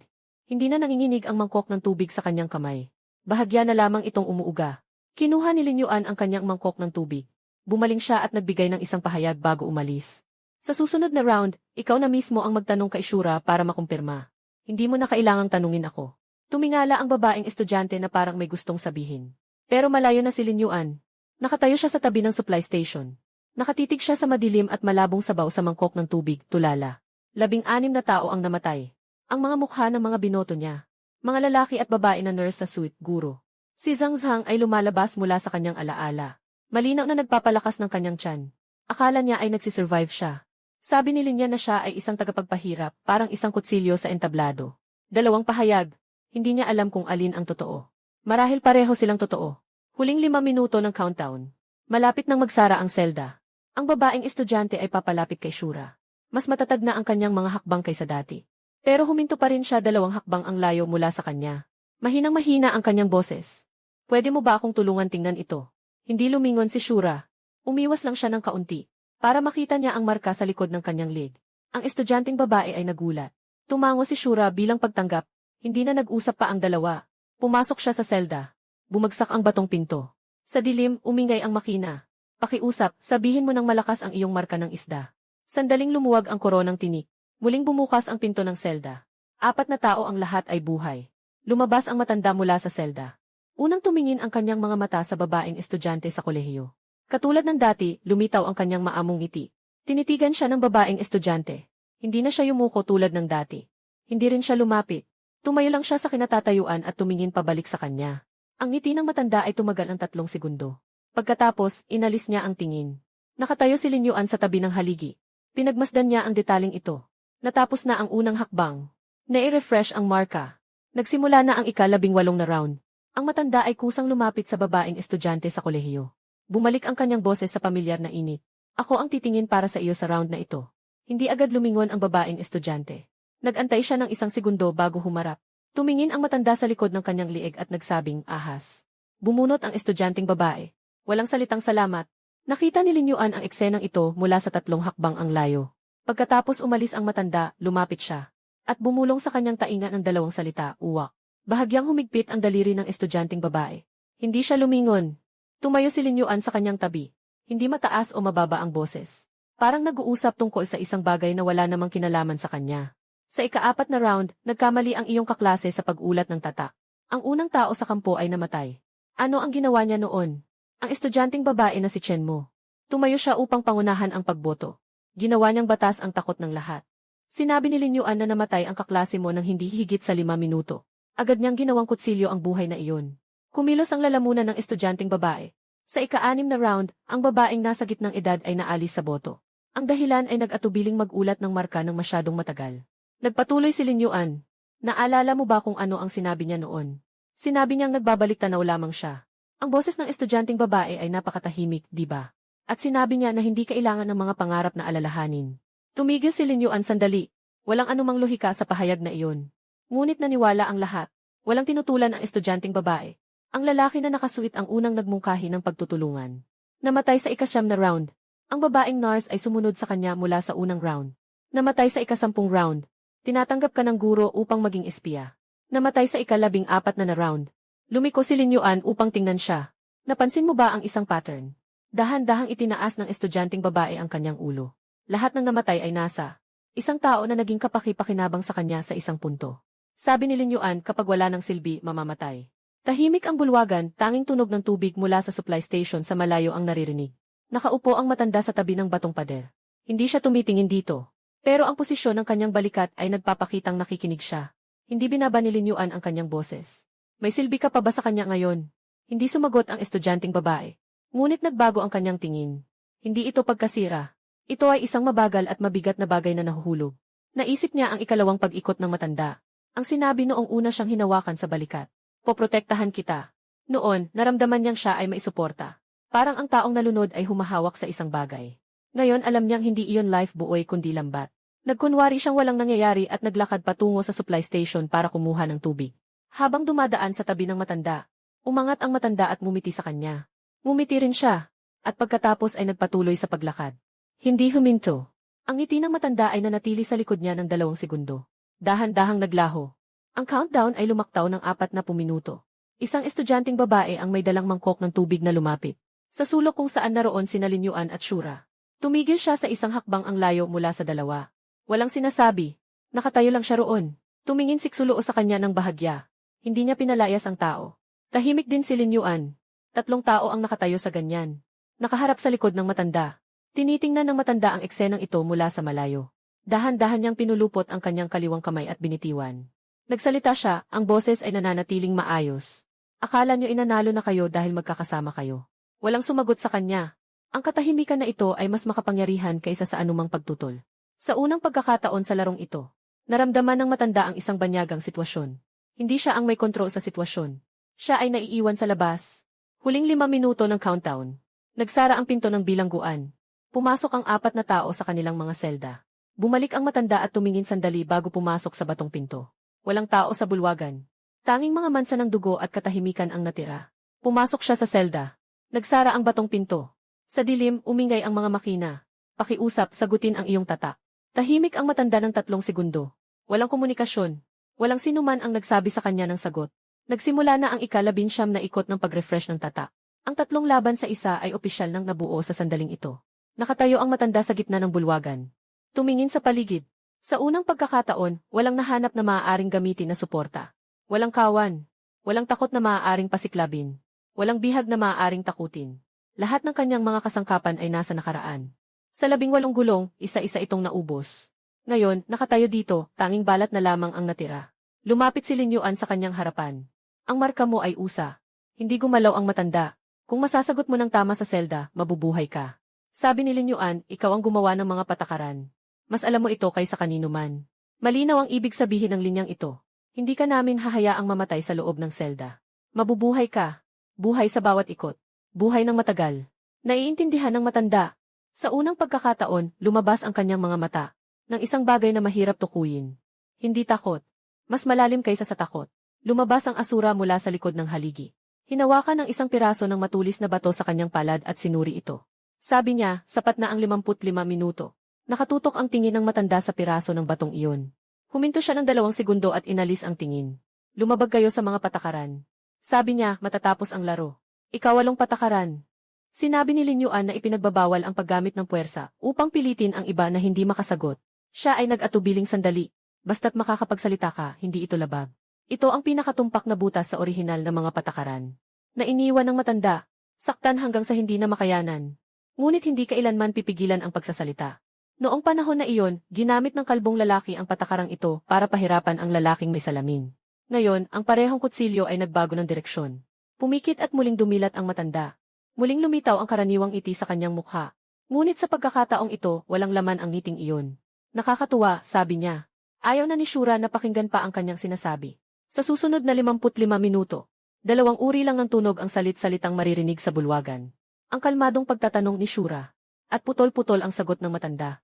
Hindi tungkol sa galing sa aliw ang tanong ni Xiuluo, kundi ang estruktura ng panaginip, ang patakaran sa likod ng mga patakaran. Mula sa disenyo ng larong ito hanggang sa bawat detalye ng pagpapatupad nito. Noong una, umiikot pa ang matanda. Gumagamit ng malabong pananalita para umiwas. Hindi nagmamadali ang asura. Tahimik lang na naghihintay na matapos siya. At pagkatapos ay magpapatuloy sa ibang paraan. Nakasandal si Linyuan sa tabi ng batong haligi. Inaalala ang bawat salita ng matanda. Binubuo muli at ikinukumpara sa mga kilalang impormasyon. Nakasandal ang estudyanteng babae sa kabilang pader. Hindi siya tumingin doon. Nakayuko lang. Dahan-dahang hinahaplos ang gilid ng mangkok ng tubig. Huling 5 minutong pagbibilang. Huminto si Shura. Pinalo ang kamay at tumayo. Nakatagilid ang matanda sa lupa. Nakasandal sa pader ng bato. Hindi pantay ang paghinga. Ngunit ang mga mata ay nandoon pa. Itinaas niya ang kanyang ulo at tumingin kay Linyuan. Kumilos ang kanyang labi ng kaunti. Ano ang nais mong makuha mula sa akin? Sabi ni Linyuan, ang daan palabas ng panaginip. Tumawa ang matanda. Sa pagkakataong ito, may kaunting totoong bagay sa kanyang ngiti. Parang sa wakas ay nakakuha siya ng tanong na karapat-dapat sagutin. Binuksan niya ang kanyang bibig at nagsalita ng kalahating pangungusap. Biglang umingay ang alarma ng pagsasara ng pinto ng kulungan. Nawala ang kanyang boses sa tunog ng makina. Pumasok ang 4 sa kani-kanilang selda. Pumasok si Linyuan sa harap ng batong pinto. Huling sinuri ang tatak ng matanda. Sa dilim, umingay ang tunog ng makina. Inanunsyo ng matanda ang tamang sagot. Naging maluwag ang kwelyo, siya ay nabuhay. Muling bumukas ang pinto ng piitan. Lumabas ang matanda. Tumayo sa harap ni Linyuan. Tinapos ang hindi natapos na kalahating pangungusap. Ang daan palabas ay hindi nasa panaginip. Ika-20 ikot, 55 minuto. Dinala ng asura ang matanda sa pinakalubhang sulok ng selda. Ang pader ng bato ay bumubuo ng isang natural na sulok ng kamatayan. Wala siyang sinayang na salita. Umupo siya at nagsimulang magtrabaho. Nakatayo si Lin Yuan sa 3 hakbang ang layo, pinagmamasdan ang mukha ng matanda. Nagsimula ang pagdurusa. Tinatagan ng matanda ang kanyang mga ngipin. Walang tunog na lumabas. Napaka-eksakto ng pamamaraan ng asura. Bawat hampas ay tumatama sa pinaka. Masensitibong ugat ng sakit. Pero hindi kailanman tinatamaan ang anumang bahagi na nakakaapekto sa pagsasalita. Hindi ito karahasan. Ito ay anatomiya. Tiniis niya ng mga 10 minuto. Nagsalita ang matanda. Hindi para magmakaawa, kundi para tumawa. Akala niyo ba may makukuha kayong sagot sa ganitong paraan? Paos ang boses pero matatag pa rin. Ako ang nagdisenyo ng larong ito. Ako ang nagtakda ng paraan ng kanilang pagkamatay. Ano bang halaga ng pagdurusa ninyong dalawa? Lumuhod si Lin Yuan sa harap niya. Tinitigan siya sa mata. Hindi ka ba natatakot sa sakit? Sa tingin mo ba may saysay ang pagtiis? Hindi sumagot ang matanda. Pero wala ka ng puhunan ngayon. Tinanong ni Lin Yuan kung para saan ang pagtitiis. Para hintayin ang pag-reset ng laro. Para hintayin ang susunod na batch ng mga manlalaro. Bahagyang gumalaw ang tingin ng matanda. Napakaliit ng galaw. Ngunit nahuli ni Lin Yuan. Ang mga pangarap ay hindi titigil sa pag-ikot dahil sa iyong pananahimik, Lin Yuan. Magpatuloy, ngunit maaari mo itong tapusin ng mas maaga. Tapusin. Ulitin ng matanda ang 2 salitang ito. Parang tinatangkilik ang isang banyagang salita. Akala mo ang pagdaan ay katapusan na. Ano iyon? Tahimik ang matanda ng matagal na panahon. Naghihintay si Shura sa tabi. Ikinat niya ang tipak ng bato sa kanyang mga daliri. Tapos huminto ulit. Sa wakas, nagsalita ang matanda. Naging kalmado ang kanyang boses. Parang isang taong sa wakas ay nagpasya ng magsabi ng totoo. Hindi ito laro, ito ay isang pagsasala. Hindi siya pinipilit ni Lin Yuan. Kailangan ng mga tagapamahala sa panaginip, siya ay huminto. Kayo dalawa ang sagot. Kaya mula sa simula, hindi ka naman naglalayon na manalo. Sinabi ni Lin Yuan na hindi itinanggi ng matanda. At hindi na siya nagsalita. Itong larong dinisenyo mo. Sinabi ni Lin Yuan na ang mekanismo ng pagboto ay nagdudulot ng takot at monopolyo ng impormasyon. Hindi ito para mapanatili ang mga bangungot. Ito ay para alisin ang lahat ng hindi karapat-dapat. Upang ilabas ang tunay na mga manghuli. Sabi ng matalinong matanda. Sa kanyang tinig, unang lumitaw ang tunay na paghanga. Ngunit kulang ka pa ng isang hakbang. Hindi ako ang demonyo ng mga pangarap. Itinaas ng matanda ang kanyang ulo. Tumingin ng diretsyo kay Lin Yuan. Ang bangungot ay ang laro mismo. Isa lang ako sa mga taga-disenyo ng isang bahagi. Sa labas ng bulwagan, tumunog ang countdown alarm. May natitirang 5 minuto na lang. Tumayo si Shura. Pinunasan niya ang dugo sa kamay sa lailayan ng damit. Lumabas siya mula sa patay na sulok. Walang pagkakaiba ang kanyang anyo kumpara sa bago pumasok. Huling tumingin si Lin Yuan sa matanda. At humarap palayo. Pumasok ang 4 sa selda. Nahulog ang batong pinto. Sa dilim, iniisip ni Lin Yuan ang huling salita ng matanda. Ang pintuan ng unang pagsubok. Ano pa ang nasa likod ng pintong iyon? 21 hanggang 23 round. Hindi tumigil si Shura. Nagsimulang bumagsak ang katawan ng matanda sa 22 round. Hindi ito matinding sakit sa isang bahagi, kundi parang nabubulok mula sa ugat. Parang puno na paulit-ulit na binubuhusan ng asidong ulan. Ang balat ay pilit pa ring lumalaban. Wala nang laman dito. Nakatigil ang 2 labas. Sa unang pagkakataon, hindi na siya nagsalita ng magagandang salita. Nakatukod lang siya sa pader ng bato at pumikit. Siyempre, siya ay teenager. Sumusunod sa isang grupo ng tao na may dalang kargamento sa makitid na eskinita ng bayan. May mga pasa sa kanyang balikat. Nasuot na ang ilalim ng sapatos, nakadikit ng tape at patuloy na isinusuot. Ang mga tao sa paligid ay o sumusuko. O nalulumbay. Pumili siya ng 300 upang pagmasdan ang mga tao. Tumingin kung sino ang may kahinaan. Tumingin kung sino ang may suporta. Tumingin kung sino ang maaaring maging hakbang na masasandalan. Gumugol siya ng 20 taon upang ilabas ang sarili mula sa putik. Ito ang unang pagkakataon na umupo siya sa maluwang na opisina. May mga tao sa ibaba na naghihintay ng kanyang pagpayad. Naalala niya na ang pakiramdam na iyon ay hindi kasiyahan kundi pagiging adik. Ang kapangyarihan ay hindi ang layunin. Ang kapangyarihan mismo ay ang kasiyahan. Pero ang mga nasa itaas ay mas matanda kaysa sa kanya. Mas tuso at mas marunong gumamit ng mga patakaran para ikulong ang tao. Gusto niyang galawin ang isang tao. Gusto niyang mawala ang isang bagay. May 7 o 8 mata sa itaas na nakatitig. Kahit isang daliri lang ang igalaw, may bakas. Ang hawla ay ginto ang pagkakaplating. Ngunit hawla pa rin ito. Yung bagay na nakadagan sa lalamunan ay lalong tumitindi. Hindi niya alam kung ano ang tawag dito. Hanggang isang araw, may taong nakahanap sa kanya. Hindi tao sa realidad kundi panaginip. Sinabi niya sa kanya, may isang lugar. Walang pag-apruba. Walang proseso. Walang mga patakaran na ginagawang basura ang tao. Doon maaari siyang magdisenyo ng mga patakaran. Maari niyang tukuyin kung sino ang mabubuhay at mamamatay. Maari nating ilantad ang pinakapangit na bahagi ng pagkatao. At pagmasdan ito sa liwanag ng sapat. Wala siyang pag-aalinlangan. Kahit isang segundo. Nakatakas ang halimaw mula sa hawla. Masigasig niyang tinatamasa ang lahat ng bago. Ang kapangyarihan ay inaabuso. Ang pagkatao ay nakikita sa kanyang mga mata. Ang ugali ay sa huli isang mabangis na hayop. Ito ay pinalitan lamang ng mas malaking kulungan. Ito ay nasira lamang ng katawan. Ang kaluluwa ay nawasak. Ito ay hindi mapayag. Muling bumukas ang mga mata. Nandyan pa ang berdeng liwanag ng kalangitan. Dahan-dahang itinaas ng matanda ang kanyang ulo. Nakatayo si Shura 3 hakbang ang layo. Nakatukod si Lin Yuan sa kanyang harapan. Nais niyang maunawaan. Tinanong ni Lin Yuan ang matanda, ngunit hindi ito sumagot sa tanong. Tumingin siya sa kanyang mga daliri na namamaga. May tuyong dugo sa kanyang palad. Iyon ay iniwan ni Shura. At sa kanya rin mismo. Nilagyan ng tag na 20 rounds ng designer ang kanyang sarili. Ngunit ngayon, hindi makapagsalita ng humihingi ng awa ang designer sa pader ng bato. At hindi rin siya mamamatay. Kailangan lang niyang maghintay na magsimula ang susunod na round. Bigla niyang naisip ang isang bagay. Sa simula ng disenyo ng laro, binigyan niya ng pangalan ang mekanismong ito. Eksperimento ng natutunang kawalang pag-asa. Sinabi niya ito mismo. Mababa ang boses. Parang nagbabasa ng epitaph ng iba. Walang sinabi si Lin Yuan. Nabasa ko ang salitang ito sa mga dokumento. Nagpatuloy ang matanda. Paulit-ulit na naglalapat ng hindi maiiwasang pampasigla. Hanggang ang tao ay sumuko sa lahat ng inisyatiba. Ganap na tanggapin ang kawalang kapangyarihan. Huminto siya, idinisenyo ko ito sa una. Nasa ritmo ng 10 ikot. Partikular na ginamit upang wasakin ang kalooban ng malaking liga. Magandang epekto. Sinabi ni Asura sa tabi. Ang tono ay parang nagre-review ng isang ulam. Pumikit ang matanda. Walang pagtutol. Talagang maganda ang epekto.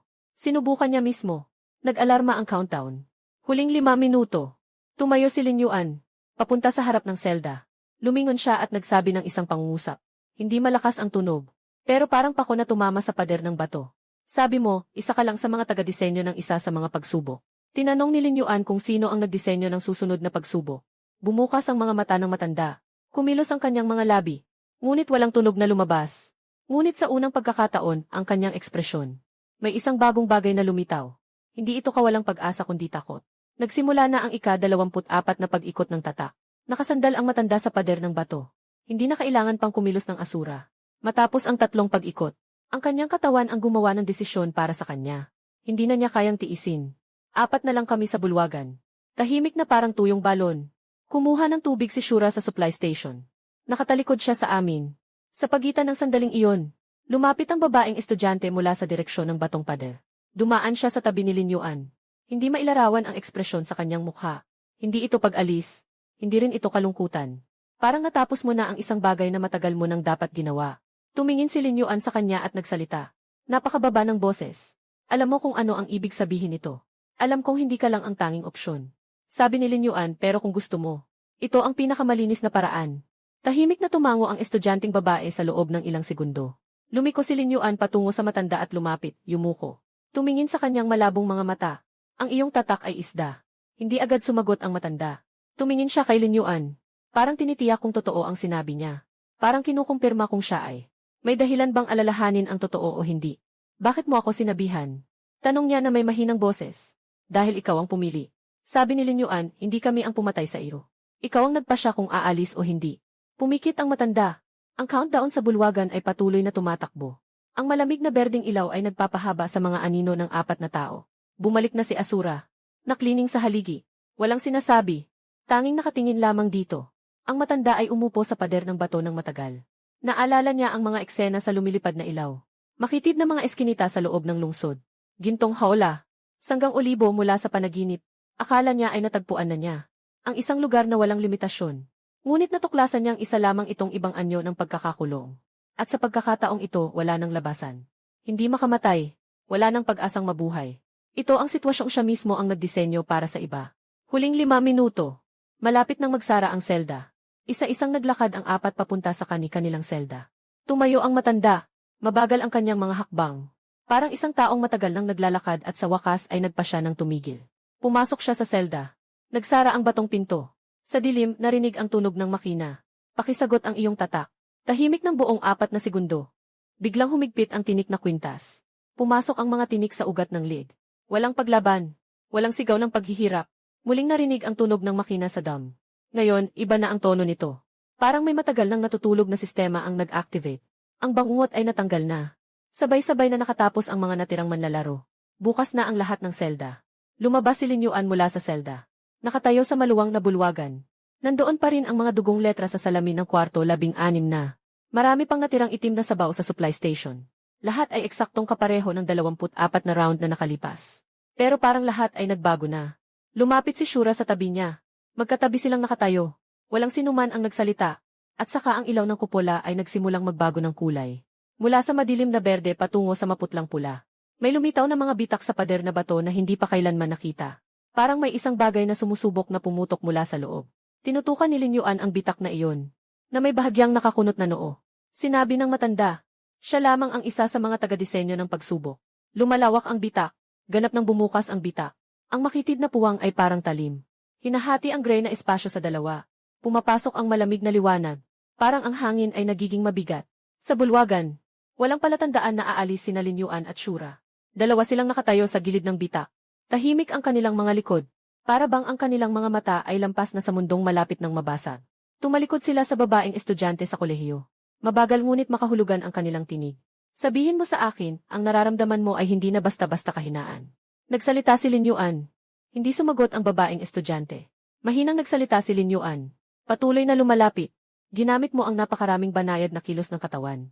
Para pilitin ang kinakabahang dalaga na sabihin ang marka. Nagkunwari kang natatakot.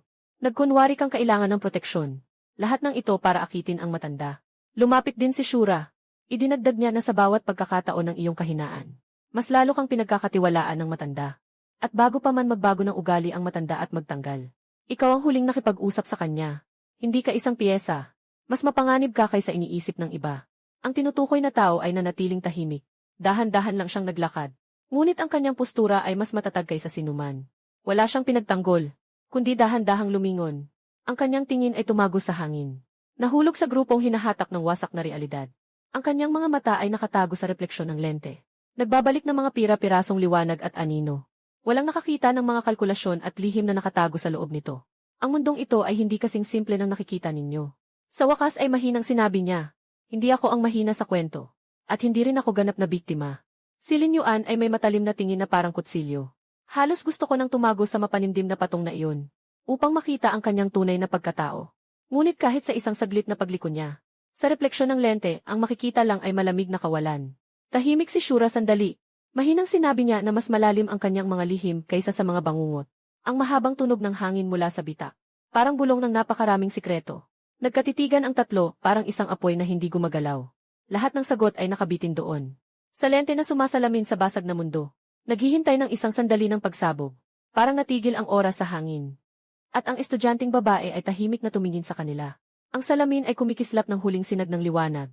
Sa madilim na kailaliman ay may nakatagong hindi alam. Hindi sumagot ang estudyanteng babae sa anumang tanong. Ngunit siya ay mumiti lamang. Ang ngiti ay napakababa. Parang isang bulaklak na namukadkad sa maling panahon. Maganda pero may mali. Sabi niya, inaasahan niyang magkita ulit kami. Ang tono niya ay magaan lang. Parang nagsasabi lang ng isang maliit na bagay. Tapos tumalikod siya at nawala sa bitak. Nagkatitigan si Lin Yuan at si Shura ng 2 segundo. Walang impormasyon. Walang pusta. Walang anumang sandigan para ipagpatuloy ang laro. Ang bitak na ito ang tanging daan palabas. At ito rin ang tanging hindi alam. 2 silang pumasok ng sunod-sunod. Nagsara ang bitak sa kanilang likuran. Para bang hindi ito kailanman umiral. Nagmulat ng mata ang babaeng estudyante. Nakahiga siya sa isang malawak na kama. Putting beddings. Sa labas ng malaking bintana ay ang mga ilaw ng lungsod sa dilim ng gabi. Malamig ang hangin sa villa. May dala itong isang tiyak na malamig na temperatura. Umupo siya. Mabagal ang kanyang galaw. Parang isang hayop na bagong gising mula sa taglamig. Tamad ngunit tumpak. Inabot ang bedside table. Inalis ang salamin. Walang salamin, siya'y parang ibang tao sa panaginip. Ang mga mata niyang walang salamin ay walang hadlang. Ang tingin ay parang 2 balon na walang dulo. Sa ilalim ng payapang ibabaw ay may umaagos. Isang bagay na mahirap tukuyin. Hindi ito katwiran. Hindi ito kabaliwan. Ito ay nasa pagitan ng 2. Isang napakamapanganib na pagkamalay. Dahan-dahan niyang hinahaplos ang frame ng salamin. Unti-unting umangat ang kanyang labi. Napakaliit ng kurba. Ngunit nagbago ng lubos ang anyo ng kanyang mukha. Nakatagilid siya ng ganyan. Nanatili sa posisyong iyon. Parang may iniisip. Matagal na panahon. Bago siya lumingon. Sa likod, sa mesa, naka-on ang computer screen. Ang asul na liwanag ay tumama sa kanyang mukha. Ang ngiting iyon ay tila naglalaho at muling sumisikat. Hindi siya agad lumapit. Tumingin lang siya sa screen ng nakatagilid. Mayroong halos mapagmahal na ekspresyon sa kanyang mga mata. Parang tinitingnan ang isang bagay na matagal nang itinago. Pagkatapos ay naglakad siya ng nakapaa sa malamig na sahig. Lumapit siya at umupo sa upuan. Inilagay ang kanyang baba sa nakapatong na mga kamay. Nakatitig sa screen. May isang table sa screen. Siksik ang mga pangalan at datos. May isang linya ng teksto sa itaas. Napakaliit ng font. Pero kabisado niya ito. Tinuro niya ang screen gamit ang isang daliri. Sandali siyang huminto sa isang pangalan linyuan. Tahimik niyang binanggit ito. Parang tinatawag ang pangalan ng isang matagal ng kaibigan. At parang kinukumpirma ang lokasyon ng isang biktima. Mas lumalim ang kurba ng kanyang labi. Sa kabila, si Linyuan ay nagmulat ng mata mula sa dilim. Ang kisame ay pamilyar na puti. May tunog ng sasakyan at hangin sa labas. May lahat ng tunog na naugnay sa realidad. Maliit ang kanyang kwarto. Nakastack sa mesa ang mga manuskrito na kasing taas ng tao. Sa pader, nakadikit ang mga masinsinang pagsusuri ng mga kaso. Ang pulang linya at mga sticky notes ay nagbuo ng isang web. Umupo siya. Tahimik na tumingin sa labas ng bintana. Pagkatapos, ibinaba ang tingin sa kanyang mga kamay. Walang kwelyo sa likod ng kanyang leg. Walang tinik. Walang anumang bakas. Pero malinaw niyang naaalala ang bawat marka ng bawat yugto. Ang bawat mukha ng namatay.